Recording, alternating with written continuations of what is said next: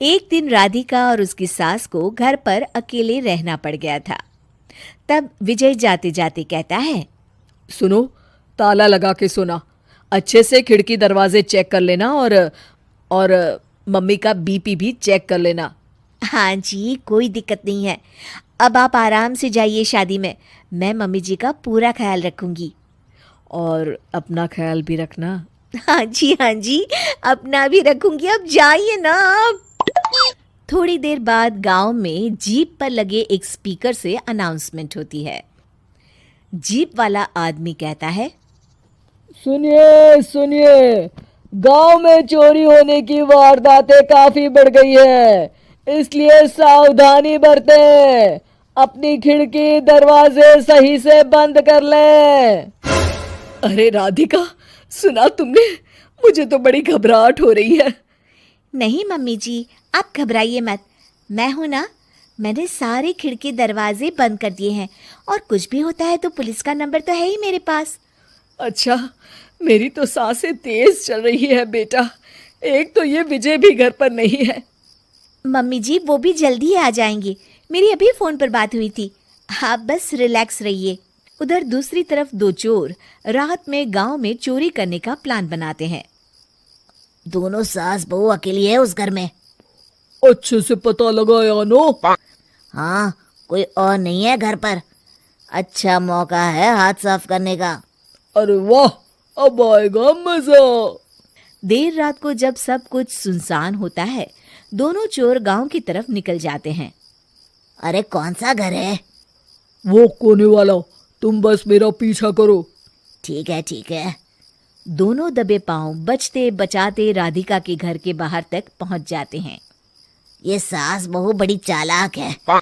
कितना कस के सब बंद किया हुआ है, एक भी खिड़की नहीं खुल रही। चोर खिड़की खोल ही रहा होता है कि तभी बिजली जोर से कड़कती है और चोर डर जाता है।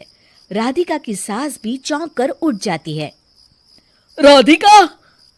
राधिका भी उठ जाती है। क्या हुआ माँ जी? घबराइए मत, मैं आपके पास ही हूँ। तुमने कुछ आवाजें सुनी? माँ जी, बस बिजली कड़की है। आप बेवजह परेशान हो रही हैं। मैं आपके लिए पानी लेकर आती हूँ। ठीक है बेटा। राधिका जैसे ही पानी लेने के लिए उठती है, उसे खिड़की से चोर की परछाई दिखती है। ये देखते राधिका थोड़ा घबरा जाती है। वो अपनी सास को इशारा करती है। उसकी सास भी चोर को देखकर डर जाती है। शांत हो जाइए मम्मी जी। श्श। अरे मगर कैसे बेटा? हे भगवान, विजय को फोन लगा बेटा। माँ जी, इस वक्त अचानक वो पहुंच भी नहीं पाएंगे। मैं कुछ करती हूँ, आप बस शांत रहिए। उधर चोर अपने काम में लगा हुआ है। वो सब सामान देख रहा होता है। तभी उसको आवाज आती है। सुनिए जी, देखिए तो, खिड़की के पास कोई है। मुझे लगता है चोर है। अरे, इसका पति तो घर पर है। नहीं, वो बाहर गया हुआ है। मैंने उसे खुद बस से जाते हुए देखा था। तो ये बातें किससे कर रही है? राधिका जानबूझकर जोर जोर से बातें करने लगती है। सुनिए जी, जल्दी आइए ना बाहर। मुझे पक्का शक है कि घर में कोई घुस आया है। अरे, लगता है इसका पति आ गया है। ये दोनों अकेली नहीं है। भोलू की जानकारी तो गलत थी। भागो! चोर घबराकर जल्दी जल्दी बाहर की ओर भागने लगते हैं। तभी एक चोर का पांव फिसल जाता है, मगर वो फिर से जल्दी से खड़ा होकर भागने लगता है। वो गली के कोने तक पहुंचने ही वाला होता है कि पुलिस उसको पीछे से आके पकड़ लेती है। अरे रुको तो, किधर भाग रहे हो दोनों? कब से तुम दोनों की तलाश थी हमको? साहब, छोड़ दो हमको साहब। हमने कुछ नहीं किया। अच्छा, तो इतनी रात को क्या यहाँ जॉगिंग करने आए थे? हवलदार, दोनों को हथकड़ी लगाकर गाड़ी में बिठाओ। तभी पीछे से राधिका भी आ जाती है। मैम, आपने बड़ी बहादुरी दिखाई। अगर सभी आपके जैसे नीडर नागरिक हो तो कितना अच्छा हो। सर, आपको मेरी सासू माँ ने फोन किया था। उनका ही आइडिया था ये। हाँ, और चोर को डराने का आइडिया तो राधिका का था। बहुत ही समझदार और नीडर है मेरी बहू।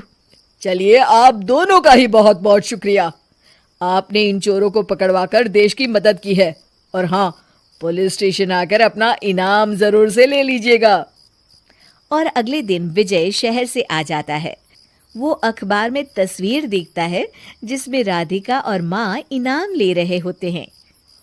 माँ, आपको कोई चोट तो नहीं आई है ना? अरे ना बेटा ना, जब तक राधिका साथ है तकलीफ कैसी। राधिका, तुम ठीक तो हो ना?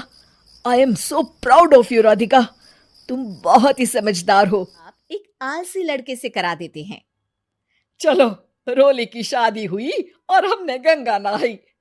और क्या, बेटियां तो होती ही हैं बोझ। हाँ, पर अब क्या चिंता, उतार तो दिया बोझ तुमने, अब वो लोग समझे। ससुराल में रोली का पति कहता है, देखो, मैं कोई काम नहीं करता, ये बात तुम्हारे मम्मी पापा को बता दी थी मैंने। अब जो किराया आता है दुकान का, उसी से घर का गुजारा करना है। कभी भूल से भी कोशिश ना करना किसी चीज की डिमांड की। क्या मम्मी पापा को पता था कि आप कोई काम नहीं करते? और क्या, बड़ा अच्छे से पता था। उन लोगों को तो तुम बोझ लगती थी, बोल रहे थे कि बस शादी कर लो और कोई मतलब नहीं है। रोली को ये सुनकर बहुत गुस्सा आता है, लेकिन करती भी तो क्या, क्योंकि वो जानती थी कि उसके माता पिता ऐसे ही हैं।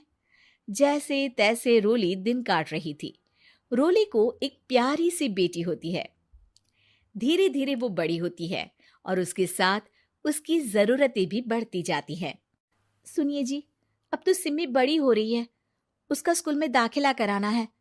मैंने अब तक तो जैसे तैसे समय काट लिया, लेकिन मैं बच्ची की परवरिश में कोई कमी नहीं रखूंगी। अरे क्या है यार, अब तो लगता है कोई ना कोई काम ढूंढना ही पड़ेगा। अब पति रोज काम की तलाश में जाता और बिना किसी काम के वापस आ जाता। रोली समझ जाती है कि पति के अंदर अब काम करने की क्षमता नहीं है। वो बेटी को उच्च शिक्षा देने के लिए कुछ करना चाहती थी, लेकिन करती तो क्या करती। एक दिन रोली की सहेली कहती है, रोली, मेरी कोई औलाद नहीं है।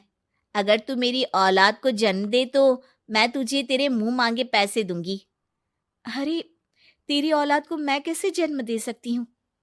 सरोगेसी से। बच्चा मेरा और वैभव का ही होगा, लेकिन कोख तेरी होगी। ये संभव है रोली। रोली कुछ सोचकर कहती है, मुझे मंजूर है, लेकिन मैं इसका 2 लाख रुपया लूंगी। अरे कोई बात नहीं, मुझे मंजूर है। रोली खुश हो जाती है कि एक बच्चा पैदा करने का उसे 2 लाख रुपया मिलेगा। वो घर आकर पति को बताती है, वो भी खुश हो जाता है। अब क्या था, डॉक्टर के पास जाकर सहेली का बच्चा रोली की कोख में पलने लगता है। मुझे 20,000 चाहिए मेरे बेटी के एडमिशन के लिए। हाँ हाँ ठीक है, मैं उसके एडमिशन से लेकर सारे खर्चे उसके अकाउंट में डाल रही हूँ। रोली की बेटी का एडमिशन हो जाता है। रोली को लगता है कि वो अब सब कुछ ठीक कर देगी। दिन और महीने आगे बढ़ते हैं। अब एक दिन, एक बात कहूँ जी, काश इस बच्चे को मैं रख पाती। मैं अब इससे काफी जुड़ गई हूँ। अरे यार, पता नहीं किसका बच्चा है, अपने पास है ना अपनी मुन्नी। हाँ, लेकिन अब मैं भी इस बच्चे से जुड़ाव फील करने लगी हूँ, लेकिन मैं ये जानती हूँ कि ये मेरा बच्चा नहीं है। दोनों की जिंदगी ठीक चल रही थी, लेकिन कहते ना कि सुख का पल ज्यादा लंबा नहीं होता। एक दिन रोली की सहेली का फोन आता है। रोली, मुझे अब ये बच्चा नहीं चाहिए, मैं अपने पति को छोड़ रही हूँ। अरे लेकिन मुझे पैसों की जरूरत है, बच्चा तुम्हारा है, मैं क्या करूंगी? सहेली बिना कुछ बोले फोन काट देती है, फोन स्विच ऑफ कर देती है।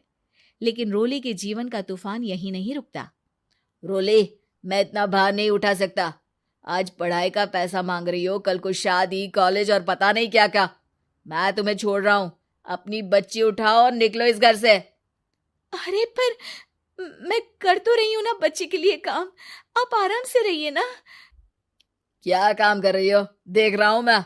ये छोटा शहर है, यहाँ लोगों को बात बनाते वक्त नहीं लगता। तो मैं क्या करूं? ज्यादा पढ़ी लिखी नहीं हूं, कैसे घर के खर्चे चलाऊं? और आप तो काम करना ही नहीं चाहते। हाँ, ना चाहता हूँ और ना ही करूँगा। रोली को पति की बात पर काफी गुस्सा आ जाता है। ठीक है, अगर मेरे जीवन में संघर्ष ही लिखा है तो वही सही। इस वक्त पति होने के नाते आपको मेरा साथ देना चाहिए था, लेकिन नहीं, आपने तो इस हाल में मुझे घर से बाहर निकालने की बात कह डाली। देखो, ये सारी फालतू की बातों के लिए वक्त नहीं है मेरे पास। रोली, जिसकी कोख में किसी और का बच्चा था और साथ छोटी सी बेटी, पति का घर छोड़कर रास्ते पर आ जाती है।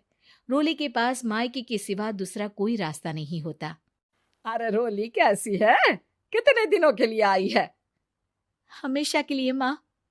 वो माँ को सारी बात बता देती है। ओए लड़की, इतनी हिम्मत का काम कर लिया। अरे ना ना, यहाँ कोई जगह नहीं है। तुम तो अपना बोरिया बिस्तर उठाओ और निकलो यहाँ से। रोली के पास अब मायके का रास्ता भी नहीं बचता। वो चुपचाप बच्ची को लेकर जा रही थी कि उसे दर्द होता है और वो डॉक्टर के पास चली जाती है। और फिर वहां वो एक प्यारे से बेटे को जन्म देती है। कितना प्यारा है, कितने अभागे हैं इसके माँ बाप जो इसके पैदा होने पर भी नहीं है। तभी वहां डॉक्टर आ जाती है। रोली, बच्चे के पिता तुमसे मिलना चाहते हैं। आपका बहुत बहुत शुक्रिया। मैं इस बच्चे को पालूंगा, भले ही इसकी माँ ने इसे छोड़ दिया हो, पर मैं अपनी जिम्मेदारी निभाऊंगा। तो क्या आप मुझे इसके पैदा करने के लिए जिन पैसों की बात हुई थी वो भी देंगे? हाँ, और साथ ही आप चाहें तो मेरे घर में रहकर मेरे बच्चे की देखभाल भी कर सकती हैं। मैं उसके लिए आपको सैलरी दे दिया करूंगा। रोली को लगता है कि जैसे भगवान ने उसके लिए सुकून का रास्ता खोल दिया। वो अब मुकेश के साथ उसके घर चली जाती है, जहां रहकर वो उस बच्चे की देखरेख करती है। अब मुकेश के घर को रोली अच्छे से संभाल लेती है। उसके लिए खाना बनाने से लेकर बच्चों की देखभाल और घर की देखरेख। धीरे धीरे मुकेश को रोली से प्यार हो जाता है। रोली, तुम्हारी बेटी और मेरा बेटा बिल्कुल भाई बहन की तरह साथ रहते हैं। हाँ, आखिर है तो एक ही कोख के बच्चे, अटैचमेंट तो होगा ही ना। रोली, तुमने घर और मुझे दोनों को संभाल लिया। ये तो मेरा काम है। आपने भी तो मुझे छत दी जिससे मैं अपनी बेटी की पढ़ाई और भविष्य के लिए पैसे जोड़ सकूं। अब रोली, क्या तुम मुझसे शादी करोगी? अब मैं जानता हूं तुम्हारी भी शादी कुछ खास अच्छी नहीं रही। रोली को मुकेश की बात ठीक लगती है। वो उसे हाँ बोलने की सोच ही रही होती है कि उसके पहले पति का फोन आ जाता है। रोली, मैं बहुत परेशान हूं। मेरा एक्सीडेंट हो गया है। मैं चाहता हूं तुम वापस आ जाओ। रोली को पुराने पति की चिंता होने लगती है। वो सोचती है कि वो क्या कर रही थी। हाँ ठीक है, मैं आ रही हूँ। हाँ रोली, आ जाओ, लेकिन बच्ची को कहीं हॉस्टल में छोड़कर आना, क्योंकि मैं नहीं चाहता कि हम लोगों के बीच फिर से वो सारी बातें हो। रोली को समझ आ जाता है कि पति आज भी सुधरा नहीं है। वो पति के पास जाने से इनकार कर रही होता है, जिस पर दोनों ही अपनी जान छिड़कते हैं। शेखर, अब तो आप शौर्य को अपनी गोद से नीचे उतार दीजिए, उसके सोने का टाइम हो रहा है। नहीं रूपा, इसे मेरे पास ही रहने दो प्लीज। मैं थोड़ी देर में इसे बिस्तर में सुला दूंगा। लेकिन कल सुबह आपकी ऑफिस में मीटिंग भी तो है ना, और इसके लिए आपको कल जल्दी भी तो निकलना होगा। जाइए, आप भी जाकर सो जाइए। क्या यार, अभी तो मेरी गोद में आया था मेरा बेटा और तुम उसे लेकर जा रही हो। बाद में कर लेना अपने बेटे से प्यार, अभी जाकर सो जाइए। रूपा शेखर से शौर्य को ले रही होती है कि तभी शौर्य रोने लगता है। शौर्य को रोता देखकर रूपा उसे फिर से शेखर को थमा देती है। आपका बेटा ना एक नंबर का नौटंकी है, बिल्कुल आप पर गया है वो। साफ बोलो ना, तुम्हें जलन होती है हम दोनों बाप बेटे का प्यार देखकर। पहले बड़ा तो होने दो तुम शौर्य को, फिर देखना वो सबसे ज्यादा मुझे ही प्यार करेगा। देखते हैं। ऐसे ही दिन बीतते चले जाते हैं और एक दिन कैंसर की बीमारी के चलते रूपा की मौत हो जाती है। अब शौर्य 3 साल का हो चुका होता है, जिसके कारण उसकी दादी शेखर पर दूसरी शादी का दबाव बनाने लगती है। शेखर, शौर्य अभी बहुत छोटा है और उसे इस समय एक माँ के प्यार की बहुत जरूरत है। माँ, मुझे दूसरी शादी नहीं करनी। क्या पता जो दूसरी औरत आएगी वो मेरे बेटे को एक माँ का प्यार दे या ना दे। तो रूपा की छोटी बहन वैशाली से ही शादी क्यों नहीं कर लेता? वो तो शौर्य को एक माँ का प्यार पूरा दे सकती है ना। मैंने कहा ना माँ, मुझे दूसरी शादी नहीं करनी, और अपनी ही पत्नी की बहन से तो हरगिज नहीं। ऊपर से अगर रूपा देख रही होगी तो वो क्या सोचेगी? अपने लिए ना सही, लेकिन तुझे शौर्य के लिए तो शादी करनी ही पड़ेगी ना बेटा। शेखर कुछ कहता उससे पहले ही अंजुमन उसे रूपा की कसम दे देती है, जिसके आगे मजबूर होकर शेखर शादी के लिए हामी भर देता है। देखो वैशाली, मैंने तुमसे शादी सिर्फ अपने बच्चे के लिए की है। मैं चाहता हूं कि तुम उसे एक माँ का भरपूर प्यार दो। शौर्य, आपके साथ साथ मेरा भी कुछ लगता है। अगर आप मुझसे शादी नहीं भी करते तब भी मेरा प्यार शौर्य के लिए कभी कम या ज्यादा नहीं होता। शादी के कुछ दिनों बाद ही शेखर की माँ की भी मौत हो जाती है। वैशाली शौर्य को एक माँ से भी बढ़कर प्यार देती है। शौर्य को लेकर वैशाली का यूं निस्वार्थ प्यार देखकर शेखर को भी उससे प्यार हो जाता है और कुछ सालों बाद शेखर और वैशाली का भी लड़का हो जाता है। लेकिन इसके बाद वैशाली का शौर्य को लेकर बर्ताव बदलने लगता है। वैशाली, मैं देख रहा हूं तुम आजकल शौर्य का जरा भी ध्यान नहीं रख रही हो। मुझे पता नहीं था कि आदित्य के होने के बाद तुम इतना बदल जाओगी। आदित्य मेरा अपना सगा खून है और शौर्य दीदी का, फिर मैं दोनों में अंतर कैसे नहीं करूं? माँ भले ही दोनों के अलग अलग है, लेकिन पिता तो एक है ना। अगर मुझे पहले पता होता कि तुम इतनी जल्दी बदल जाओगी तो मैं कभी तुमसे शादी ही नहीं करता। हाँ, तो किसने कहा था आपसे मुझसे शादी करने के लिए? मैं थोड़ी ना आई थी आपके पास, आपकी माँ ही आई थी मेरे घर आपका रिश्ता लेकर। वैशाली, मुझे तुमसे ऐसी उम्मीद नहीं थी। गुस्से में शेखर अपना पैर पटकता हुआ शौर्य को वहां से लेकर चला जाता है। पापा, मम्मा मुझसे प्यार क्यों नहीं करती? क्या मैं उनका सगा बेटा नहीं हूँ इसलिए मुझसे प्यार नहीं करती? मम्मा नहीं करती तो क्या हुआ बेटा, पापा तो करते हैं ना आपसे प्यार। कुछ दिनों के बाद, आज तुझे खाना पीना कुछ नहीं मिलेगा, चल चुपचाप से अपने रूम में जाकर सो जा। माँ, अब भाई को खाना क्यों नहीं दे रही हो? बेटा तू आराम से खाना खा, इस नालायक की चिंता मत कर। एक दिन खाना नहीं खाएगा तो मर नहीं जाएगा ये। अगर भैया नहीं खाएंगे तो मैं भी नहीं खाऊंगा। तू अपने भाई का भक्त क्यों बन रहा है? ये तेरा सौतेला भाई है, सगा नहीं जो तू लक्ष्मण बन रहा है। माँ, आपको इतना भी नहीं मालूम? श्री राम और लक्ष्मण सगे भाई नहीं थे। श्री राम माता कौशल्या और लक्ष्मण माता सुमित्रा की कोख से जन्मे थे। दोनों के सिर्फ पिता एक थे लेकिन माँ अलग थी।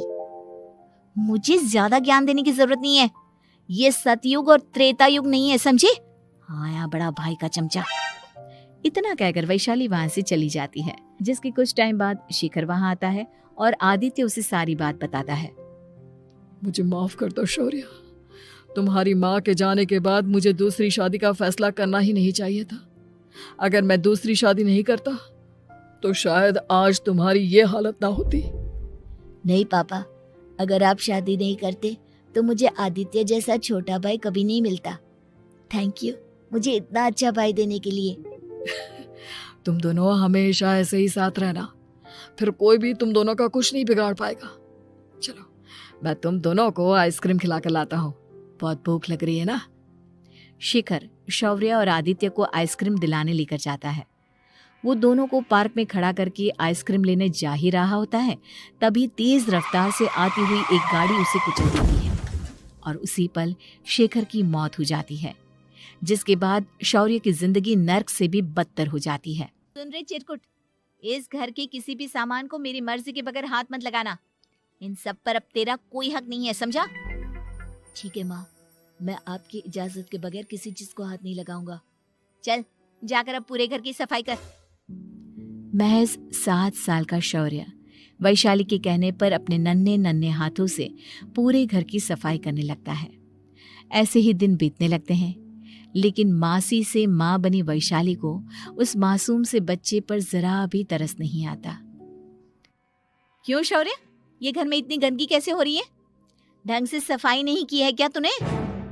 माँ, मैंने तो अच्छे से सफाई की थी, लेकिन आदित्य बार बार इधर उधर चलकर गंदा कर देता है। अच्छा, खुद से एक काम ढंग से नहीं होता और अपनी गलतियों का जिम्मेदार मेरे बेटे को ठहराता है। इतना कहकर वैशाली बांस का डंडा उठाकर शौर्य को जोर जोर से मारने लगती है। तभी वहां वैशाली के मायके वाले भी आ जाते हैं और उसकी सारी करतूतें देख लेते हैं। माँ, मैं ऐसा क्या करूं जिससे आप मुझे भी आदित्य के जितना प्यार करोगी?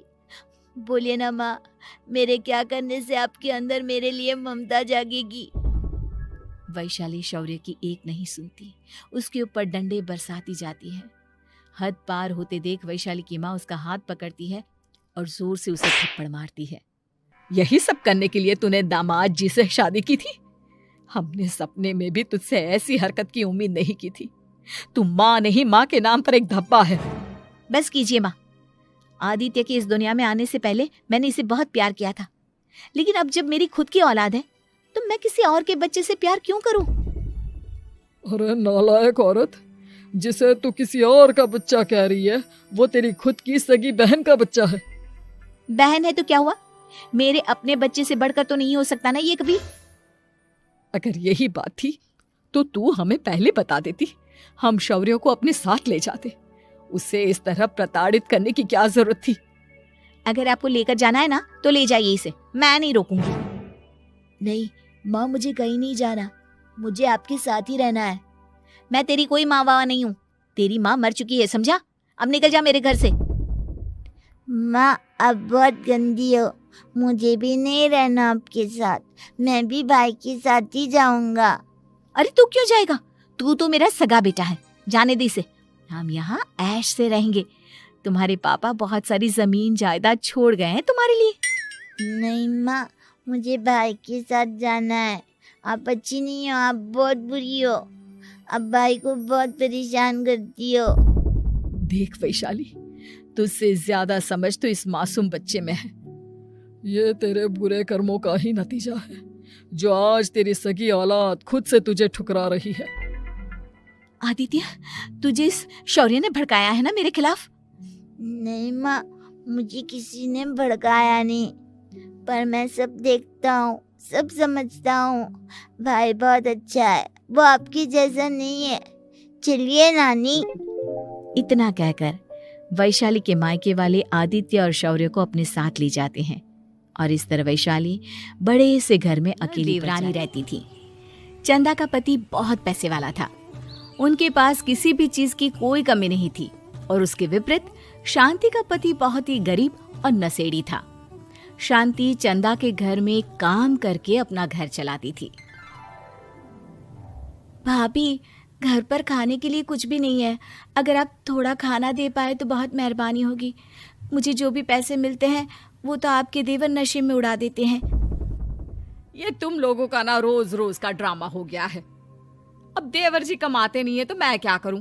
तुम्हारा पति तो तुम्हारी सारी कमाई दारू में उड़ा देता है, रहने दो भूखा उसे। अरे ऐसे मत बोलिए भाभी, आप तो जानती ही हैं कि वो मन के कितने साफ हैं, पर इस बेरोजगारी के कारण उन्हें दारू पीने की लत लग गई है। अरे अपना ये रोना गाना बाद में कर लेना, पहले काम निपटा ले घर का। मेरा और टाइम खराब ना कर, जा गेहूं पीस ले, फिर तुझे कपड़े भी धोने हैं। शांति रसोई घर में जाकर गेहूं पीसने लगती है। पीसते पीसते कुछ गेहूं वहां कपड़ों में गिर जाते हैं, जिसे देखकर उसके दिमाग में एक आइडिया आता है। क्यों ना ऐसे ही थोड़े गेहूं मैं अपने पल्लू में बांधकर घर ले जाऊं, फिर एक बर्तन में जमा कर लूंगी और उसे पीसकर रोटी बना लूंगी। कुछ दिन तो ऐसे ही चलता रहा, मगर फिर एक दिन चंदा ने शांति को ऐसा करते हुए देख लिया। अरे पहले तो मुझे लगा तुम लोग बस गरीब हो, पर तुम लोग तो चोर भी हो। चोरनी कहीं की, मुझे तो लगता था तू गेहूं पिसती है, पर तू तो अपने पल्लू में गेहूं छुपा कर ले जाती है। निकल मेरे घर से।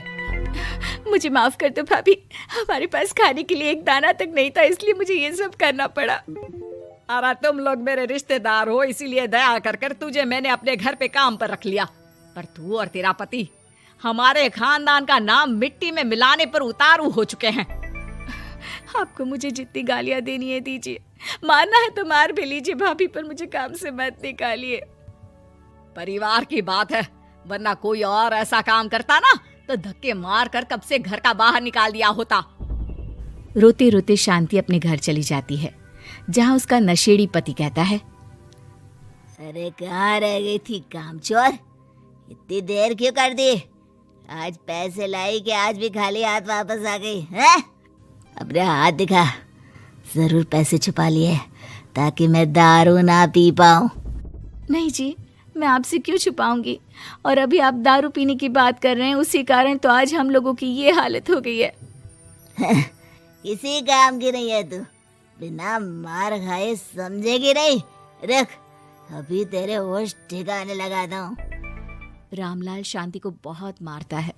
शांति का मन दुखी हो जाता है और वो गांव के तालाब के पास के एक पेड़ के नीचे बैठकर फूट फूट कर रोने लगती है। मैंने कभी किसी का बुरा नहीं किया, फिर भी भगवान मेरे साथ ऐसा क्यों कर रहा है? मैं तो रामलाल जी की फिक्र करती हूँ, फिर भी उन्होंने मुझे इतना मारा। तभी उसे एक आवाज सुनाई देती है, रोने की कोई जरूरत नहीं है बेटी, चिंता क्यों करती हो? ये आवाज कहाँ से आ रही है? शांति अपने आसपास देखती है, उसे कोई नहीं दिखता। वो ऊपर देखती है, जहाँ उसे एक छोटी सी परी दिखती है। आप कौन है? आप तो कोई परी लगती हैं। हाँ बेटी, मैं इसी पेड़ पर रहती हूँ। मैंने तुम्हारी सारी बात सुनी, अब तुम्हें फिक्र करने की कोई जरूरत नहीं। अपनी आंखें बंद करो। शांति आंखें बंद करती है और जादुई परी अपनी छड़ी घुमाती है। उसकी छड़ी घुमाते ही पेड़ के सारे पत्ते सुनहरे रंग के हो जाते हैं। परी उनमें से एक पत्ता तोड़ लेती है और फिर से अपनी छड़ी घुमाती है, जिसके कारण सारे पत्ते पहले की तरह साधारण से दिखने लगते हैं। आंखें खोलो बेटा। लो, इस पत्ते को ले जाकर अपने तकिए के नीचे रख देना। ये तो एक साधारण पत्ता है, इससे क्या होगा? ठीक है, अगर आप कहती हैं तो मैं इसे रख लेती हूँ। शांति उस पत्ते को लेकर अपने घर जाती है और अपने कमरे में तकिए के नीचे रखकर सो जाती है। सपने में उसे वही पेड़ वाली जादुई परी दिखाई देती है। बोलो शांति, क्या चाहिए तुम्हें? मैं चाहती हूँ हम बहुत अमीर हो जाए और मेरे पति नशा करना छोड़ दे, उन्हें कोई काम भी मिल जाए। कल जब तुम सुबह नींद से जागोगी, तुम्हारी इच्छा पूरी हो गई होगी। अगली सुबह शांति नींद से जागती है। अपने आसपास का नजारा देखकर चौंक जाती है। उसके बिस्तर पर चारों तरफ सोने चांदी रखे हुए थे। हे भगवान, कहीं मैं सपना तो नहीं देख रही? इतना सारा सोना, वो भी मुझ गरीब के पास। रामलाल जी को बताती हूँ, वो बहुत खुश होंगे। शांति जैसे ही कमरे के बाहर जाती है, वो देखती है कि रामलाल सूट बूट पहने काम के लिए बाहर जा रहा होता है। मुझे शहर में एक नौकरी मिल गई है शांति, मुझे आने में देर हो जाएगी, घर का ध्यान रखना। और इस तरह शांति बहुत अच्छा जीवन बिताने लगती है। उसके पास अब किसी भी चीज की कमी नहीं रह जाती। रातों रात शांति के पास आए इतने पैसों को देखकर उसकी जिठानी उससे पूछती है, अरे क्यों रे शांति, कहीं बड़ा हाथ मारा है क्या? अचानक तुम लोगों के पास इतना पैसा कैसे आ गया? नहीं नहीं भाभी, ये सब तो जादुई परी के दिए हुए पत्ते का कमाल है। शांति जादुई पत्ते के बारे में सारी बात चंदा को बताती है, जिसे सुनकर चंदा के मन में लालच आ जाता है और वो झूठ मूठ रोते हुए उसी पेड़ के नीचे जाती है, जहाँ उसकी रोने की आवाज सुनकर जादुई परी कहती है, क्या हुआ बेटा, क्यों रो रही हो? मैं बहुत गरीब हूँ, मेरे पति मुझे बहुत मारते हैं, अब मैं जीना नहीं चाहती। चिंता मत करो बेटा, अपनी आंखें बंद करो। जादुई परी चंदा को भी उसी पेड़ का एक पत्ता देती है और तकिए के नीचे रखने को कहती है। चंदा उस पत्ते को लाकर अपने तकिए के नीचे रख लेती है और अगली सुबह जब उठती है तो उसके कमरे में चारों तरफ सांप बिच्छू रहते हैं। अरे बचाओ बचाओ, कोई मुझे बचाओ, ये कैसा पत्ता है जिसे लाने के बाद उस गरीब शांति के पास तो इतना सारा सोना आ गया, और मेरे चारों तरफ ये सांप बिच्छू, अरे कोई बचाओ। चंदा अपनी जान बचाती हुई शांति के पास जाती है। चलिए भाभी, मुझे लगता है आपके घर में सांप बिच्छू को बस जादुई परी ही हटा सकती है। दोनों मिलकर जादुई परी के पास जाते हैं। ये सब तुम्हारे बुरे इरादों का नतीजा है चंदा। तुम झूठ मूठ बस पैसे के लालच के कारण यहाँ आकर रो रही थी, इसीलिए तुम्हें जादुई पत्ते ने उसकी सजा दी। अरे मुझे माफ कर दीजिए जादुई परी, मेरे मन में लालच आ गया था। अरे शांति, तुम भी मुझे माफ कर दो, मैंने तुम्हारे साथ बहुत गलत किया है, फिर भी तुम मेरी मदद के लिए आई। चंदा को अपनी गलती का एहसास हो जाता है, इसलिए जादुई परी उसके घर से सारे सांप बिच्छू को गायब कर देती है। चंदा और शांति आपस में मिल